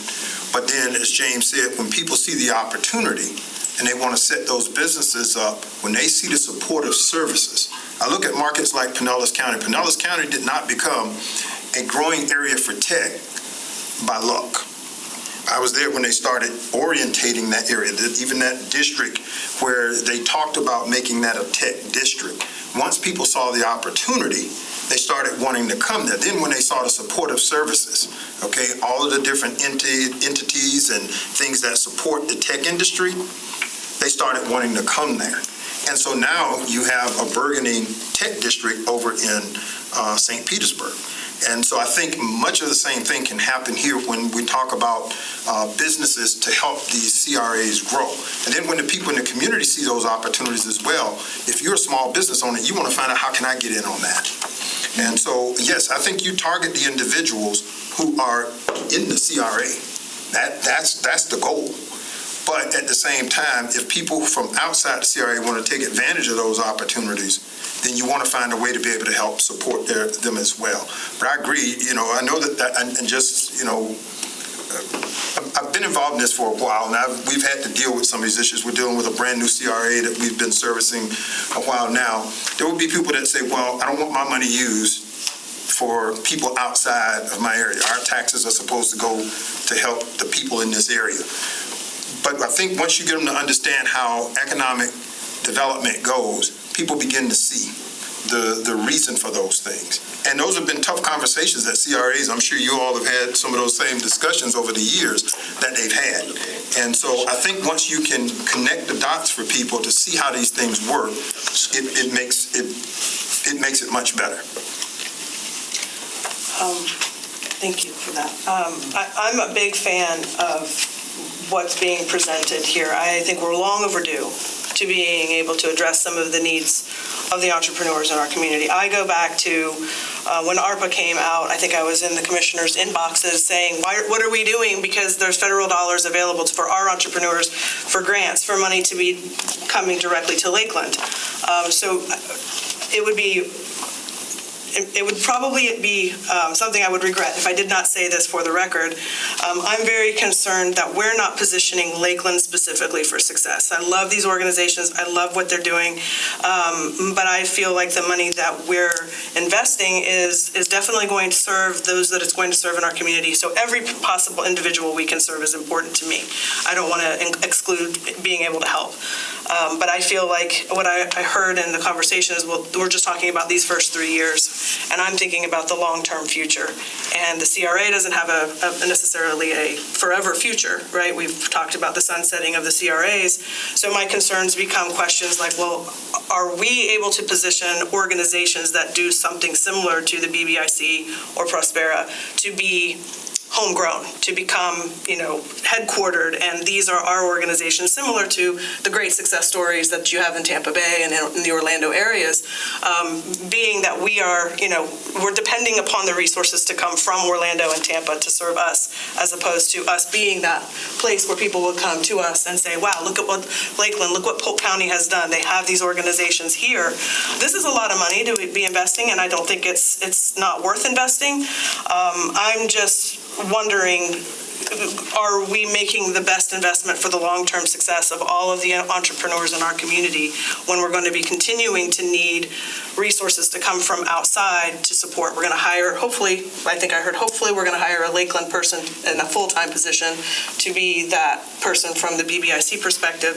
It sounded like a one day a week, kind of starting out these first 3 years, somebody coming from Orlando to serve. I think we all kind of know the challenges of our community as far as a person coming in and not being a full-timer and immersing themselves into the community. So, while I feel like this is going to be a great catalytic beginning, starting point, opportunity, I feel like there's a lot of information that I don't have to be able to feel like this is the best opportunity we can make, best investment that we can make for this amount. And I think all of you know my heart is for this exact cause. So this has been a very challenging kind of thought process to go through, because I want to be all in and I want to be the flag, carrying member of let's go, let's do what we can.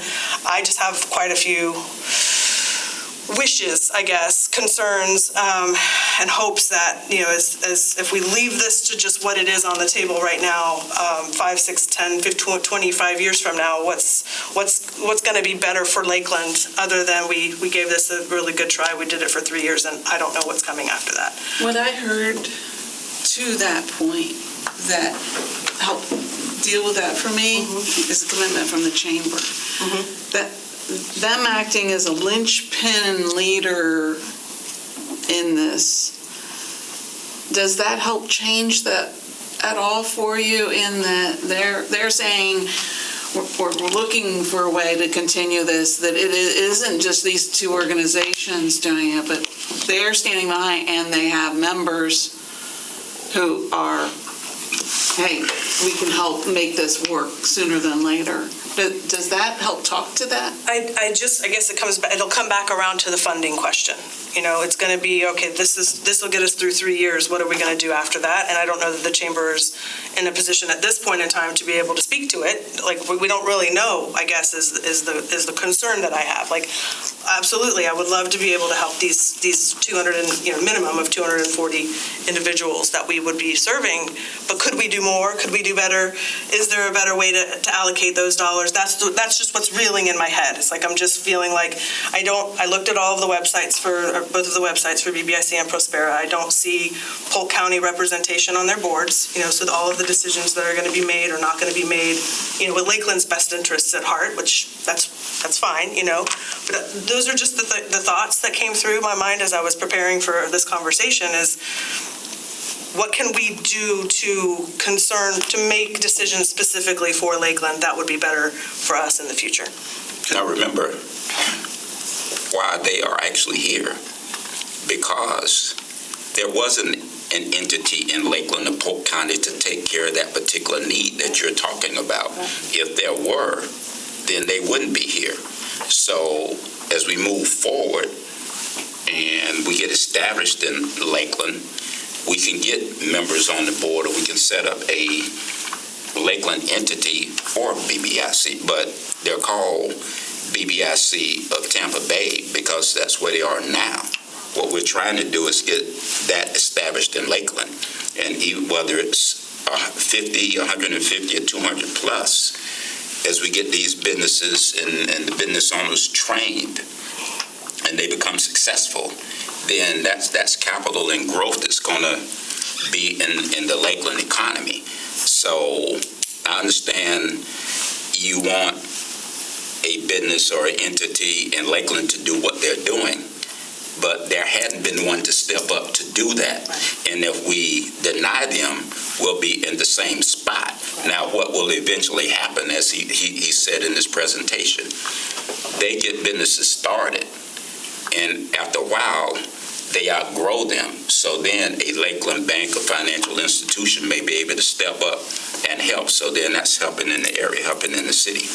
But I guess where I'm going is, for the record, I hope that's where we're going, that there will be an entity that will see the need and that we will invest locally for the long term, right? That's ultimately, I'm not saying I'm against this, because as I said, I am for it. I just want us now, as the commission is making these decisions and realizing, well, we don't have a CDFI in Polk County. There's not a CDFI in our geographical area. So that's one of the first things that you look at when you look at economic indicators for successful entrepreneurship and or prosperity for the minority and women businesses, right? Like those are things. When you look at Kansas City, you see how many CDFIs that there are there. You know that the CDFI is the area. So that's, to me, okay, this is a step. Now let's start figuring out what other steps we're going to take to make sure that we're positioning Lakeland and Polk County for success. That's, to me, the ultimate goal. If I may, quickly, and I think these are good comments, Chris-Ann, and I would encourage you to continue in your advocacy for the entrepreneur, because I know, as you said, that's your passion, that's your heart, and that clearly comes through. I think, Kate, you made a great point. For me as well, as I think through this, what has been consistent from the beginning has been the chamber and their board and their support, their enthusiastic support of this, and that has remained steadfast throughout. And so I know that they share many of the same perspectives and concerns, if you will, about the things that we're raising, making sure this is in the interest of the city of Lakeland is at the top of their list, and that has been clear to me. And so that has helped, I think, a lot in my support of this. And the commission, as we have talked about it, we've continued to say if we can find a way to fund it, if there's a connection to the CRA, if the CRA board thinks this is a good move to strengthen our CRAs and beyond, then we'd like to see it move to that. So I'm glad you brought that up. I think that's a good point. Any other questions, comments? I see the wheels turning. I hear what Christine's saying, and the one thing that I'm not sure I see here, so what's the accountability? Is there a built-in reporting? There was a lot of work done with the agreements with LPD and setting that up in reporting and connections. Are we putting that in place? Will we be getting regular reporting, or does that go to what you're talking about? Yeah. So you're asking who has oversight? Is that what you're asking? What kind of accountability is being put in place we're not just handing out the money and then not tracking and keeping this top of mind? Well, Valerie can correct, but isn't that kind of your responsibility and the staff's responsibility? Yes, so that's what this section of your memo is from that agreement. So the scope of services, they have to then turn around and provide that in a report. It's a quarterly report. They have to show these minimums. It's a quarterly submission of invoicing, and if they don't meet those minimums, they can get less on that quarterly statement and then get made up for on the next quarter. So that will be all staff.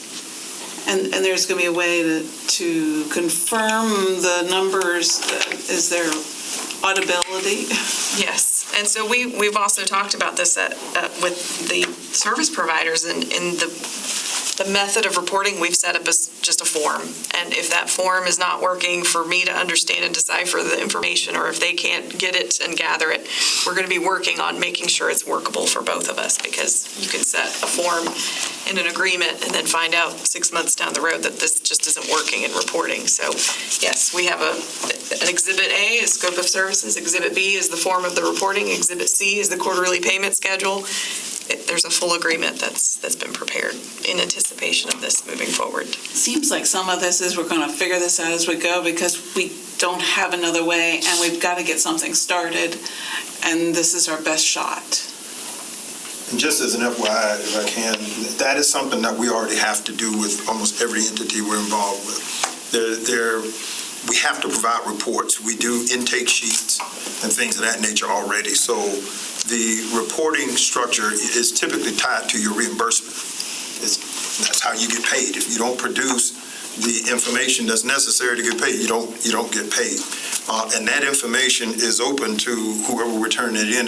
There's supporting documentation that has to accompany it. So that's where Do you go through audits, external audits? Because obviously this is confidential information. We can't know who the people are that you're working with. Right. But there's a third-party audit that will verify all these. Yes. Yeah, and not only that, we can provide information to you all up to a certain point. We just don't publicly give that information.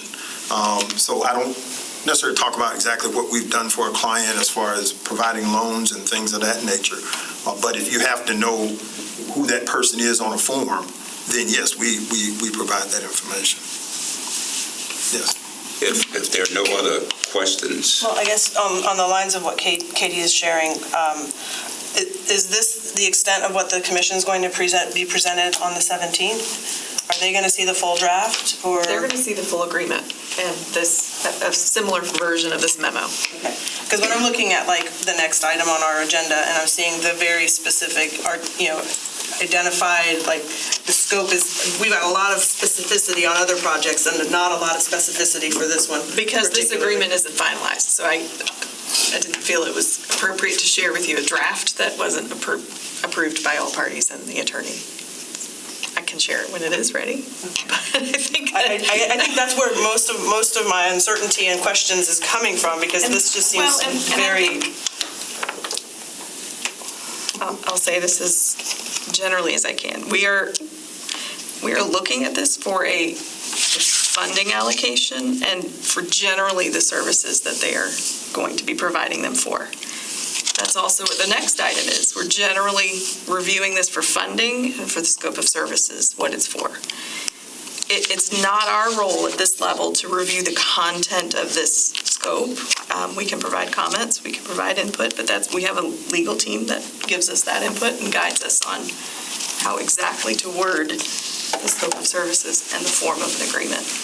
Palmer, Alex actually isn't here today. I wanted to introduce Alex. So they provide us that guidance. So it's not to say we can't share drafts, but I caution on getting too far into the draft documents because they can change based on your feedback and your recommendations. And that's something that I always receive. And once we get your feedback, I make sure I make those amendments into those draft documents.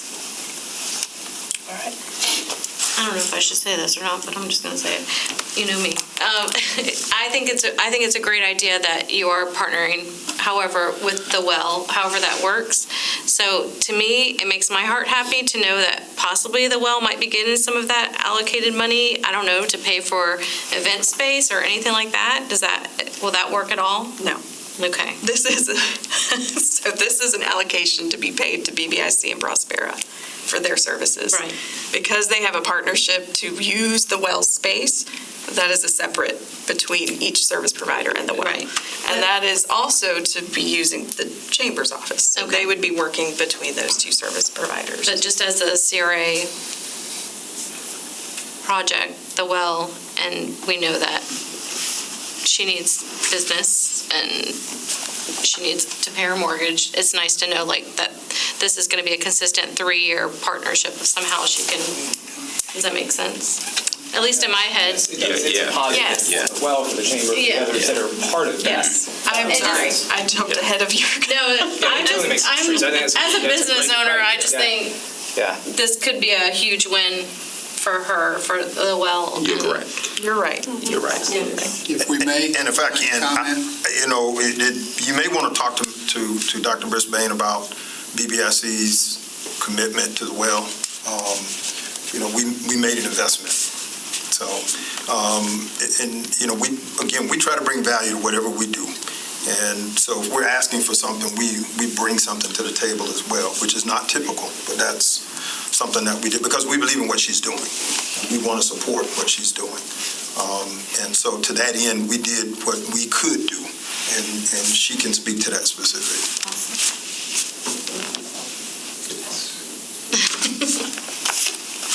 If there are no more questions, I'll entertain a motion to approve the staff's recommendation for the city.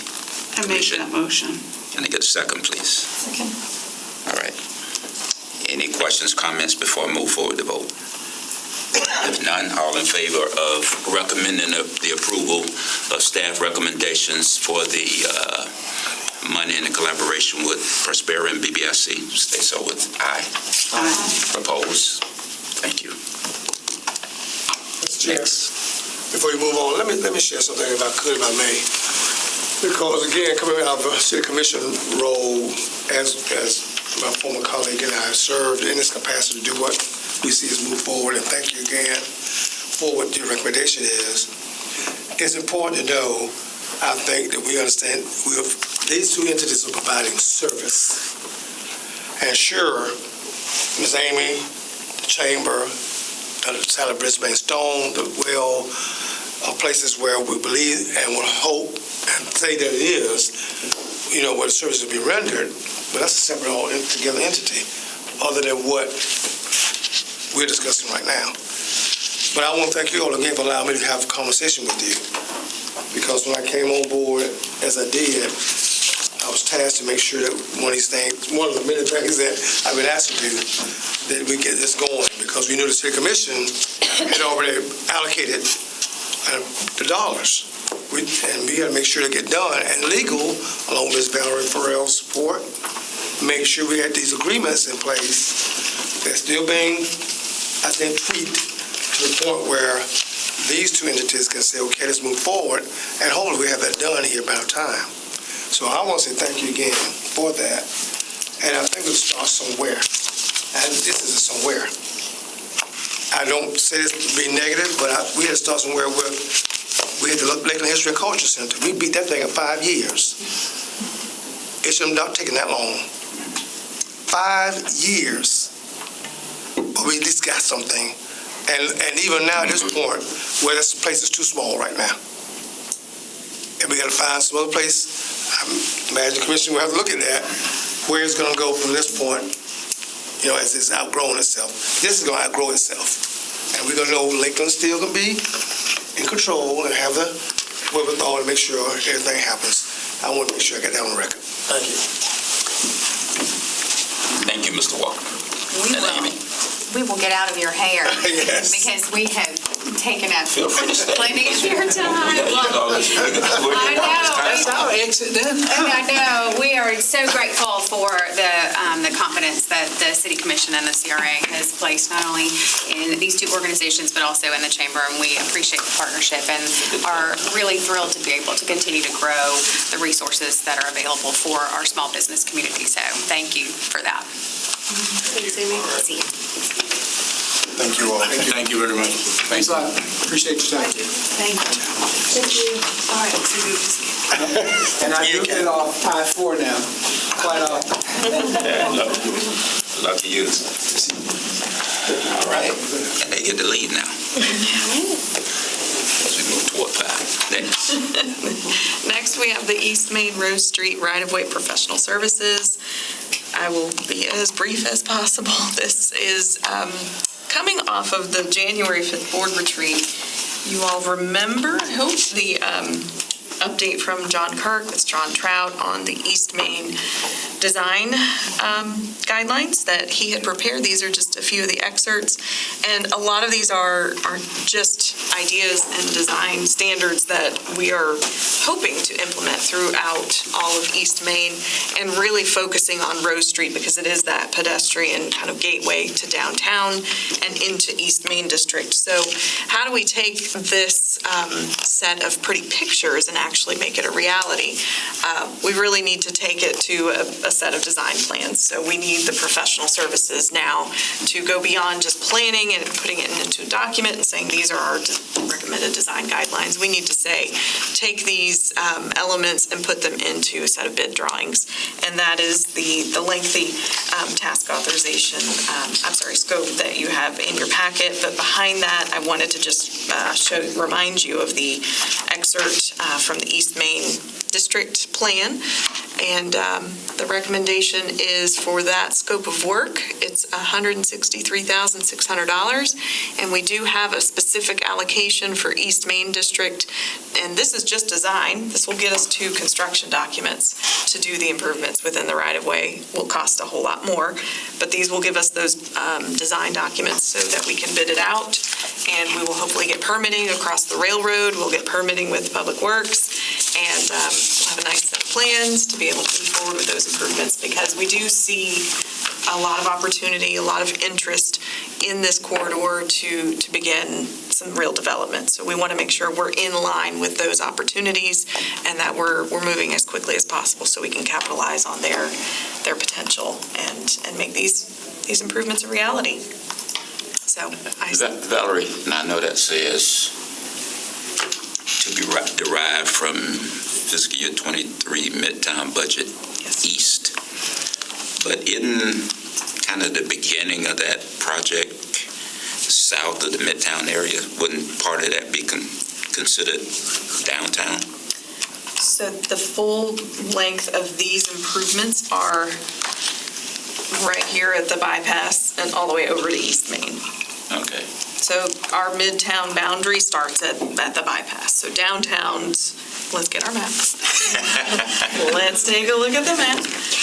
Midtown starts at the in-town bypass. Well, but where that bridge is that you start at, just east of the joinery in that downtown? I don't have. Yes, the joinery is downtown, Okay. correct. But And where then- these improvements are on East Rose, beginning at the bypass, going east Beginning at the bypass. into Okay. East Main District, which So- is solely Midtown. Okay, so east of the bypass. Correct. Okay. Gotcha. Correct. Okay. So I'll stand for questions. Timeline, Valerie, on the design?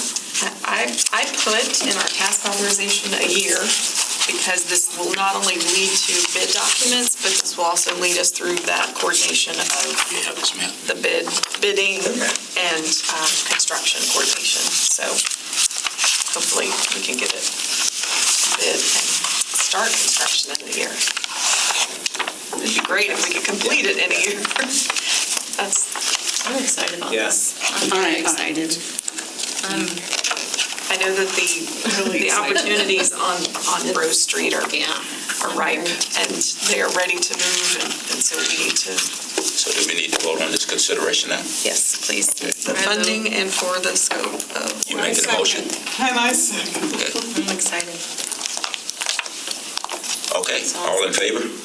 Aye. Opposed? Ayes have it. That is easy.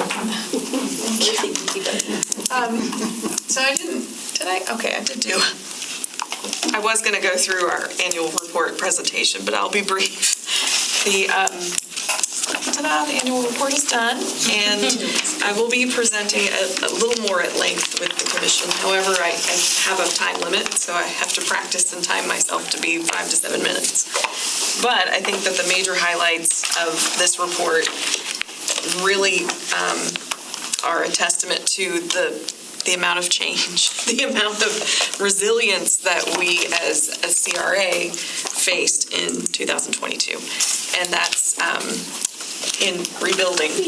And Shelley and Carlos hung in here, and all of you did too, so thank you, thank you, thank you.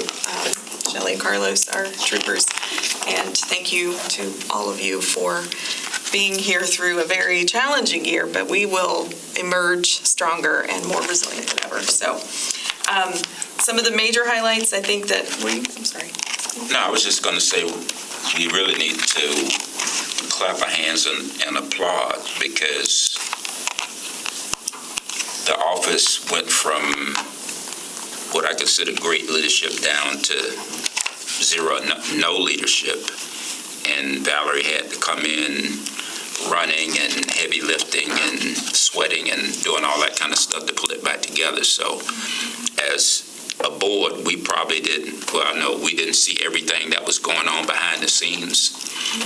And I think with Chris Ann and I going to the state function in Daytona in October, it just kind of, at least it reinforced to me everything that goes into the job that they do.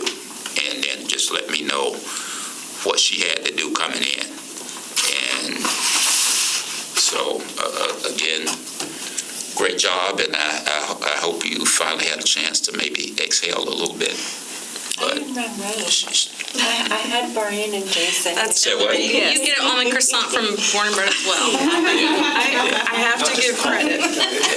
So, Brian did a lot of heavy lifting. Yeah. He brought Jason back to the department, and then it was like bringing me back. And so Shelley and Carlos, they held the front line. So they've done a lot of the work, and I thank Brian and Jason for giving me the opportunity. But this report Gorgeous. resembles that theme of resilience and renewal for not only the team, but for our community that we serve, and I thank you.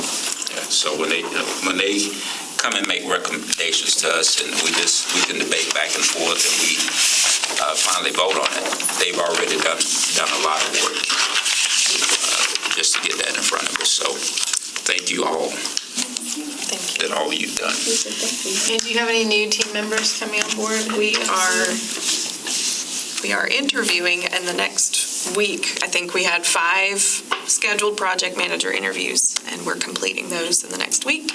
Maybe by next meeting, I'll have 2 new team members to introduce. And with that, I'm also working through our 3 vacancies, which is also like an interview process. So I'll be working through, I think I put it in the manager's report. My goal is to work through those applications and interested parties to start their interview, which is really just a meet and greet so I can talk to each candidate and find out their interest and make sure we're in line to fill those vacancies. Any I comments? do have one more. We also finished the audit, which is a major undertaking, and I can't thank our finance team enough because they're down about 4 accountants, and they finished our own audit in addition to the city audit, and we came through with a very clean audit. So I just have to give kudos to them because, again, this was all during 2022, and I was researching stuff that I didn't know where it was, but I found it. They helped a lot, and Shelley Carlos, again, thank you, and finance team, if they're even listening.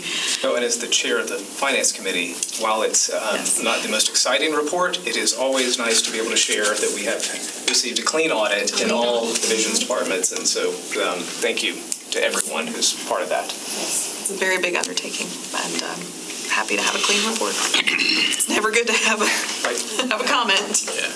Never good. Never for any organization. So that concludes my Okay. announcements, discussion items. I think the next item, we're down to public comments from the audience. Have to run. Okay. Thank you. I'll specifically open it up to our CRA. You guys got anything? You want Provided to? a little summary on our side of things. I don't know about the other side of it. Okay. Do you have any? I know there is I think it's the 27th. There is a community engagement meeting that Copeland Tarver. Is that the homeless coalition? No, this is the Community Engagement Task Force that used to be the City of Lakeland Gang Task Force. Now they're run by Sergeant Tarver. So, but there may be some things going on there. Well, I know there's some things that will be discussed in that meeting that's specifically related to the Midtown area, just some crime issues and homeless issues and all that's going on. So I think it's going to be in the conference room over here. So It's a public meeting? yeah, if you're available for that. So we get more information, I'll pass it on to you. I can say just, and I'll say it for you, officers, but they've been doing excellent work. Officer Hammerslake gives me a kind of a pretty lengthy email once a week on just the activities, the things that they're observing, making us aware of, especially since he works nights, he sees things a little differently than the daytime. But they're definitely out there doing a lot of great work, and we appreciate everything they're doing. So I want to talk about the meeting next week you have with Talbot House. yes, yes, thank you.